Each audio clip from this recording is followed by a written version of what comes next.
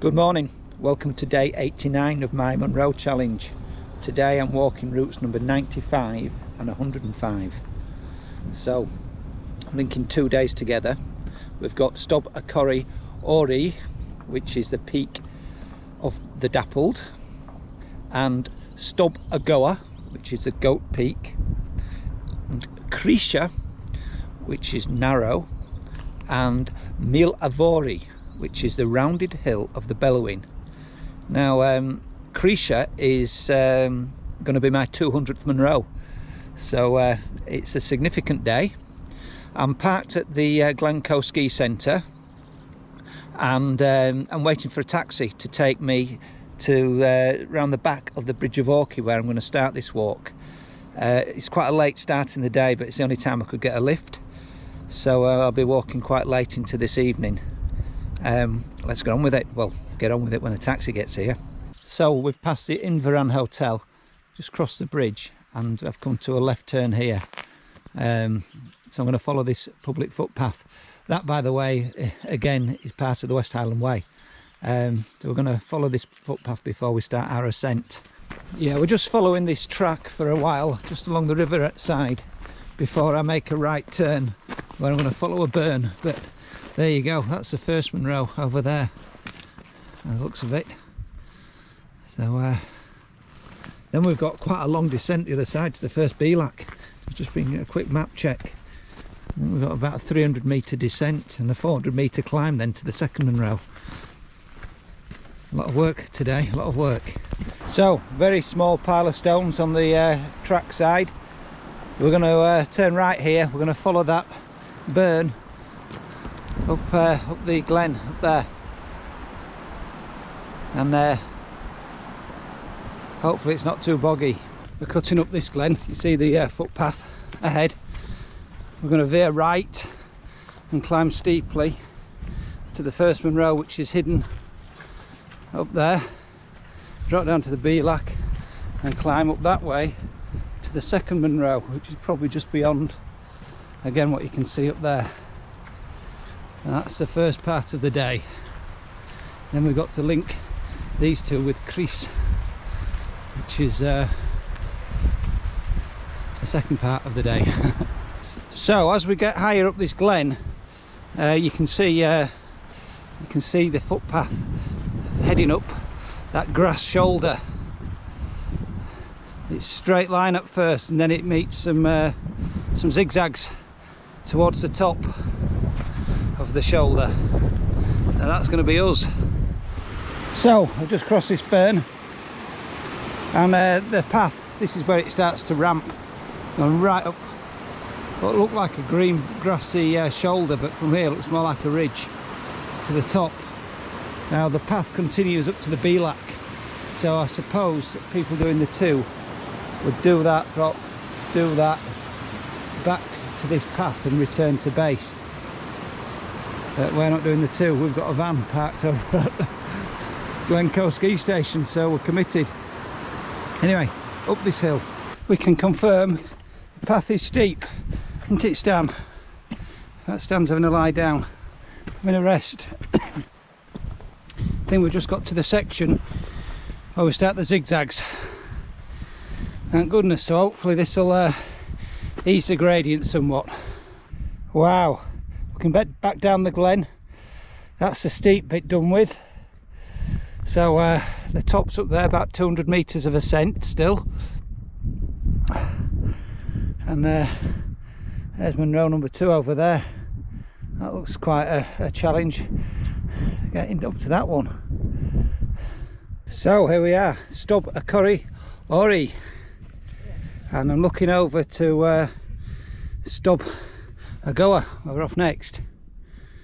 Now, last week when we were over at Lawyers, I kept seeing a hill with a huge white streak going down. I'd not realised it was near Creesha. We're going this afternoon. You could see that for miles. Makes a change getting a view. Wow, look at that. So they're the 3 hills that we struggled getting up to the other day because of the farmer. So we've got to revisit them. Yeah, so we're dropping down towards the Belak. To say, it does look very imposing, the next one.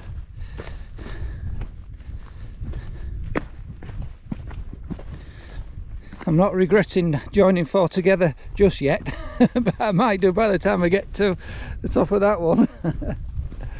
So I'm looking down towards the Belak, and the plan is to skirt round the edge and up the side of that buttress. I think it looks quite steep, the climb, but once you get onto the buttress, then we're going to follow the ridge round to the summit. So that's the plan. And then we're going to follow the tops all the way round that way. Wow, just looking back up, quite a rocky descent actually to the Belak. So I'm looking back round now at that buttress we've got to climb up. Gosh, that's steep. It's actually another 400 metres of ascent to the summit of the Munro. So we've got a fair bit of climbing to do, haven't we, Stan? Hey? Wow, that is steep. We're just about to start climbing the buttress. There's a nice locken down there. There's the summit hidden just beyond up there. That's the first Munro over there. Wow. Some hard work to be done. Yes, it's steep. And now we've got a boulder field to contend with. Oh joy. Now Stan's up there. He's skipped through this. I think he might have found a path the other side of it, so he's very good at finding paths. So I'm going to make a beeline in his direction. Just looking across at the summit, and there's two people on the ridge climbing up to the top. You can make them out. Not sure if the lens is good enough. Wow. So we're still on this ridiculously steep buttress. It's relentless. Wow. So a little cairn here, just showing you the top of the buttress. Wow, that was steep. Do you know what? I think that might be the fourth Munro of the day over there, below the white snow line. I think it is. And that's the first Munro. Wow. Gosh, that was steep. That was really steep. Could stand having a little rest. So there's the top over there. Hopefully this won't be as bad. So it's quite a rocky ridge that we're on now. Difficult underfoot. So we've got to skirt this ridge round to the top. So here we are, Stob Ghabhar. Now can you believe the clouds come in? It's been clear all the way up, and it's just swamped me about 4 or 5 minutes ago on my way up here. Unbelievable. Right, I'm going to follow the ridges now towards Krisha. I've got about a 300 metre drop, but it's over quite a long distance till I get to the furthest point. I think it's about 700 metres I dropped to, maybe 690. So just to keep my bearings, I'm just making sure this big drop, I'm hugging it with it on my right, just to make sure I descend the right way off this top. There's a line of fence posts back there just coming off the top, and it was really tempting to follow them. I want a quick map check that we're going in the wrong direction. So the clouds just lifting, and you can see the grass ridge that we're going to follow all the way along till we get to the rise of Krisha. Now there is I found a small footpath, very faint, dropping down, which I've picked up and I'm following. So we're just negotiating these various ups and downs, and we're going to skirt round eventually and drop down to the grass hump you can see, or ridge if you like, before we start climbing again. That's the plan. It's just started raining. There you go. So you can see the last Belak down there that we're dropping to. series of these ups and downs. It's not the easiest, it's not as easy as you might think, let's say. Before we start the ascent, now that could be Crease over there in the right in the background, I would imagine. So we're pathless now. Well, we've been pathless a considerable amount of time, really. Good job I've got good visibility. I'm just dropping down into this B-lack before we start weaving our way up the what looks to be an extremely steep side. So that's the first Munro. You can't see the second Munro because it's just hidden in the background, but you can see the drop that we've done all the way to here. So we're almost at the lowest point, and we're going to start climbing up what looks like a vertical side. So we're still pathless, as I've been since ages ago, but we're heading up the side. It's become rocky, and I'm expecting to get to the ridge any minute now. Might hopefully get a bit of respite up there. It's been quite tough this last section. So this is Clach Leithad, 1,099 metres. It's not a Munro, but it's on the same ridge as Crease, but Crease is 1 metre higher. Crease is that way in the mist. Let's follow this ridge and get to it. Look at that. The B-lack has just come into view between the 3rd and 4th Munro. So we'll be dropping down onto that. Looks a steep drop after we've been up here. Oh dear. Tough day today. I have to say this ridge is very, very difficult underfoot. Very rocky, ankle twisting sort of terrain. Do you know what? I think we're at Crusher. Munro number 200. Although that does look higher further along the ridge. I can't not bag this one. And all of a sudden the clouds are clearing. Look. Wow. Wow. I just need to continue along the ridge. According to my GPS, this is the top, but not necessarily. You know, it's difficult to tell because we're on the same contour line. The other one does look higher now. I think the other one was the top, although on the map it's the same contour line. We are getting little bits of a view. Wow, there's the next Munro. Just in case we don't get to see the next top because of cloud, that's it there. In fact, looking down there you can see the ski station right down there, or one of the ski stations anyway.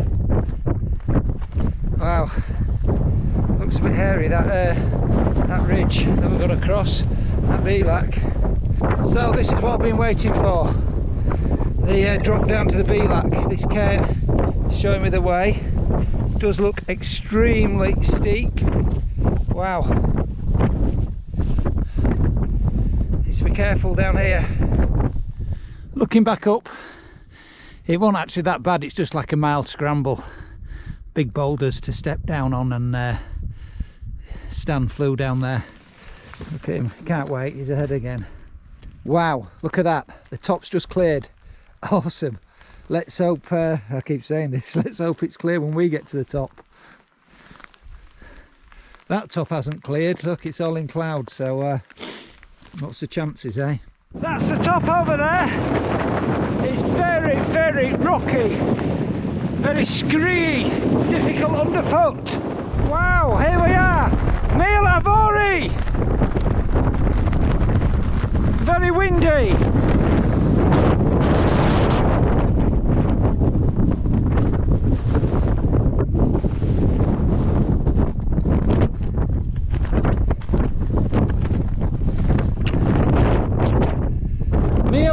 Corrie. Wow, what a tough day. Now let's get down to the ski station. Doesn't that look serene? You won't believe how windy it is up there. Looking behind, there's a lot of cloud up there still. Wow. So they've put these little red markers in. They're trying to direct you down the hill. I suppose they're trying to save erosion control or something, but they lead you a right merry dance. So I'm following the chairlift. There's a little path beneath it, back down to the car park. Long day. It's quite late now. Welcome to day 89 of my Munro challenge. Today I walked routes number 95 and 105. It's Tuesday the 24th of May. I parked my van at Glencoe ski station and grabbed a taxi, and I took it round to the back of the Bridge of Orkney to Inverallen Hotel to start the ridge walk. Significant day because today I bagged my 200th Munro. So the taxis weren't available, so the only time I could get, it was nearly 9:45 actually by the time he picked me up, so it was way after 10 when I started the walk. A walk of this magnitude really needs starting much earlier than that. It was quite a steady start. You follow various rivers and burns, and eventually you'll see the path veer off up the very steep green shoulder, as it were, and it is steep until you get to the zigzags, which makes the gradient ease somewhat. So eventually you get to the top of Stob Ghabhar. Bit rocky at the top, fabulous top.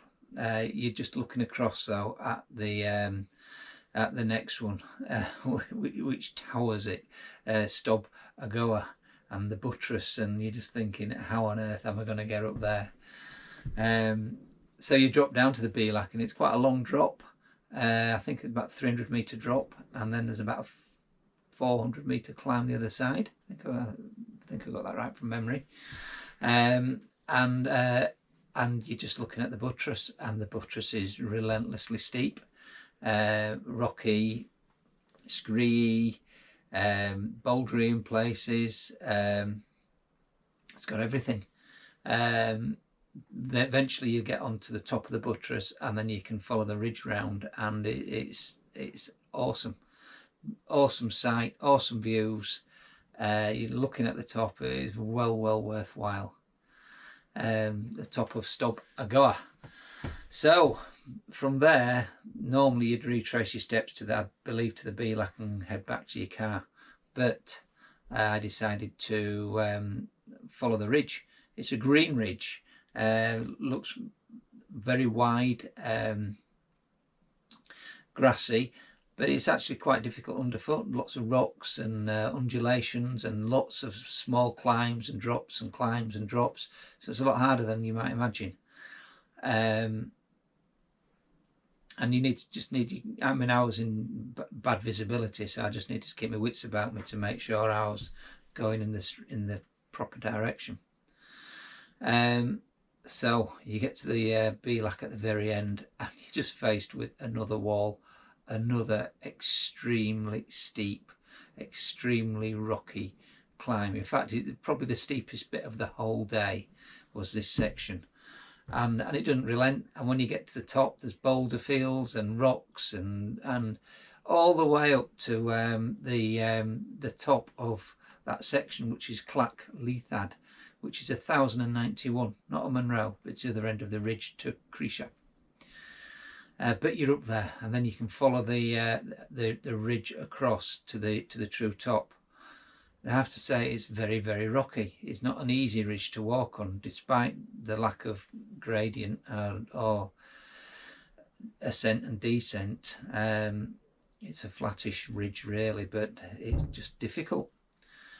Cretia, wow, I wish I'd have got a view both ways, but absolutely awesome. And my 200th Munro, it was such a long way from Stob Ghabhar there. It really made me work for the 200th Munro. I'll tell you, it just seemed to take an age, and it was really hard work getting there. The two tops that I could see, the first one, what was the top?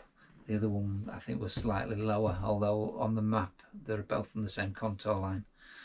I went back to the large cairn that you saw, which is the start of the scramble down to the Belak, and it is a steep scramble, but nothing too difficult. Stan got down it very comfortably, and so did I. Big boulders, easy steps. But then you've got the steep ascent on the other side to Mil Avori. Not as steep as we've had in the day, but it's still a steep ascent, and it's still rocky, and it's still difficult. A tough day really, because all the climbs were tough. And notwithstanding that, you've then got a very long, steep, long, and I say again long, descent back to the ski station. It seemed to take an age. Various bits of erosion control because of all the ski slopes. They're trying to divert you further left than you was expecting on the map. It just seemed to take a long time to get down.